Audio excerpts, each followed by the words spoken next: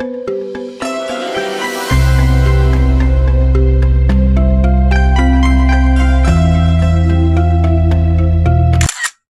Cihampelas merupakan sebuah skywalk yang membentang sepanjang jalan Cihampelas. Dulu, tempat ini digadang-gadang sebagai wajah baru kebanggaan Kota Bandung yang menyediakan ruang aman bagi pejalan kaki sekaligus solusi penataan pedagang kaki lima. Namun, kini muncul sebuah isu yang mengejutkan. Pembongkaran Teras Cihampelas. Oke, jadi Teras Cihampelas itu dibangun oleh wali kota sebelumnya Bapak Ridwan Kamil di tahun 2017. Itu segmen 1, panjangnya 450 meter. Kemudian ada pembangunan segmen 2 di 2022. Itu diresmikannya oleh PLT Bapak Ema. Itu diresmikannya di tahun 2022. Keseluruhan panjang teras ini hampir 1 km dengan 18 section. Bedanya kalau yang pertama itu kawasannya dikhususkan untuk area pelaku usaha. Ada pedagang souvenir, ada pedagang kuliner, ada pedagang minuman, warung, dan lain sebagainya. Sedangkan kalau yang segmen 2 atau tahap 2 itu dibangun untuk komunitas activity. Jadi untuk kebutuhan komunitas kayak dia bikin senam, dia bikin kegiatan-kegiatan outdoor, sama lebih ke public space aja sih, open space. Kalau sejauh ini pengunjung Teras Cihampelas ini masih didominasi oleh karyawan. Kalau yang punya ini mah yang karyawan semua. Paling sales, yang barusan sales. Ya, yang dikejarnya Sabtu Minggu. Kalau saya mah tiap hari. Tapi sebelumnya, sebelum ada wacana dibongkar, Teras Cihampelas ini juga ada beberapa wisatawan yang datang ke sini. Mau dari domestik wisatawan, mau dari luar Bandung wisatawan, kemudian ada juga beberapa wisatawan mancanegara. Bahkan sempat Teras Cihampelas ini juga diliput sama Japan Foundation. Mereka lebih concernnya ke placemaking, ya. Tentunya Teras Cihampelas ini salah satu placemaking yang ada di Kota Bandung. Dari ramainya wisatawan yang dulu memenuhi area ini, kini justru tersisa vandalisme pada berbagai kios di Teras Cihampelas. Penumpukan sampah juga terlihat di berbagai sudut. Bahkan, tetesan air berbau tidak sedap kerap menetes hingga ke jalan. Sejumlah fasilitas pun tampak tidak terawat dan tak lagi berfungsi sebagaimana mestinya. Lantas, apakah kondisi ini yang memicu wacana pembongkaran? Jadi, salah satu faktor utama wacana Teras Cihampelas itu dibongkar kalau dari segi pandangan gubernur itu dari segi estetika, dan gubernur kita lebih menginginkan Cihampelas itu balik lagi ke kawasan yang seperti awal. Jadi tidak ada Teras Cihamplasnya, kawasan Cihamplasnya berjalan seperti dahulu kala, pusat jeans, pusat oleh-oleh dan lain sebagainya. Tapi dari kacamata wali kota itu lebih ke keselamatan dan keamanan. Salah satunya adalah tahap 2 yang dinilai lebih ringkih daripada tahap 1.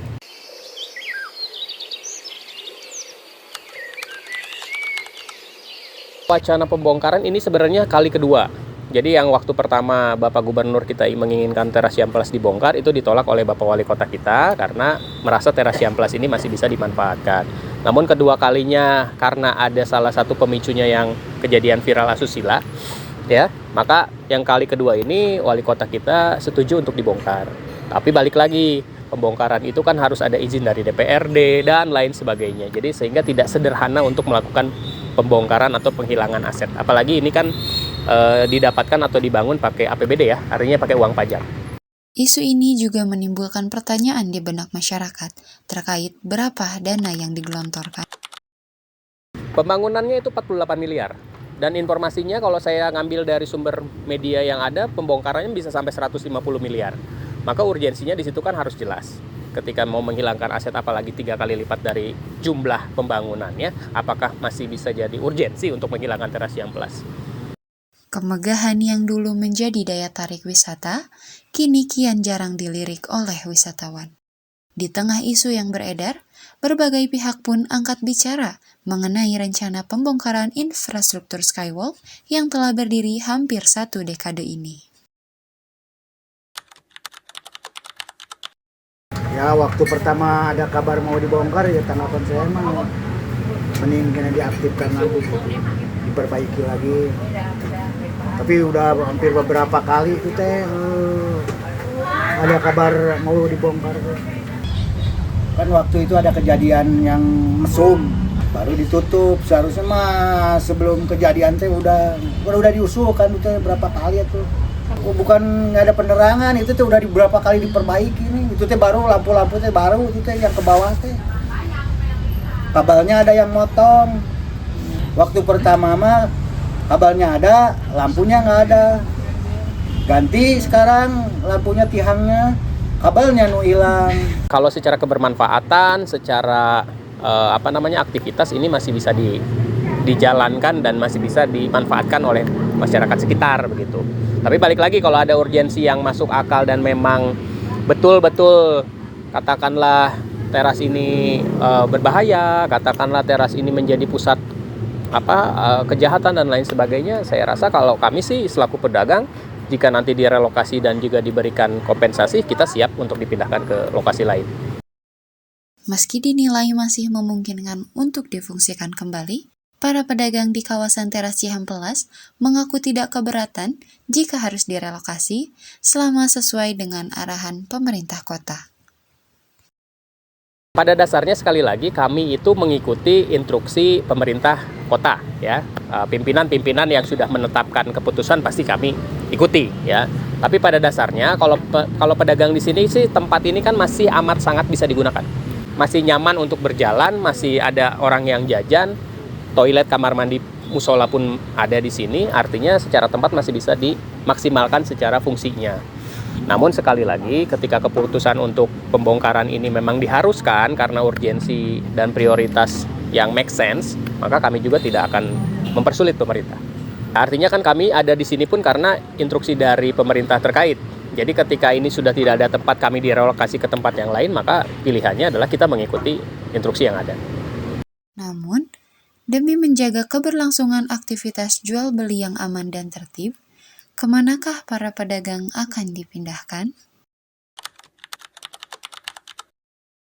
Kalau direlokasi mah kurang tahu ya. Nah itu teh kemarin udah dari dinas teh mau direlokasi teh ke sini, ke pas SD Jalan Sastra.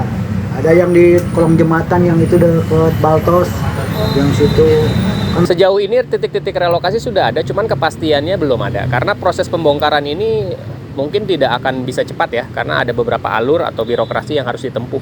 Sehingga pembongkaran ini nggak kayak ngebongkar rumah biasa. Proses perizinannya harus ditempuh, penghilangan asetnya harus ditempuh, permit dari mulai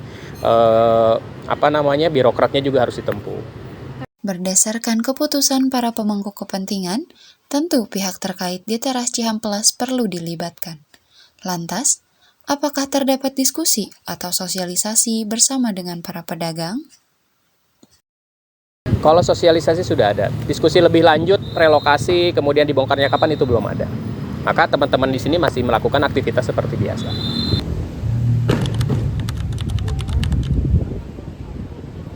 Harapannya, pertama kami ini para pelaku usaha di teras Cihampelas, kami memohonkan atensi ya, karena kan kami ada di sini juga atas instruksi dan juga arahan dari pimpinan sebelumnya untuk bisa menempati teras Cihampelas.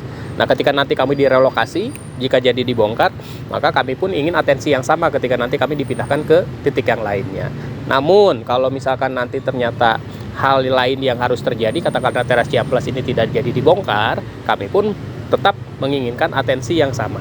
Karena sayang, ini aset pemerintah gitu ya, aset daerah yang harusnya dimanfaatkan oleh warga sekitar, termasuk teman-teman juga dari kampus, kuliahan, komunitas, dan lain sebagainya. Sayang banget kalau hanya dibangun hanya untuk dirubuhkan gitu.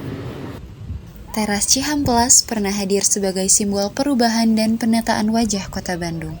Seiring waktu, kebijakan menentukan arah yang berbeda.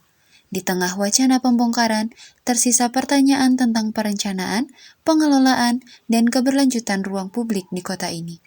Bagaimanapun hasilnya, harapan masyarakat cukup sederhana, bahwa setiap kebijakan bukan hanya membangun, tetapi juga memastikan mereka tetap mendapatkan atensi apapun keputusannya.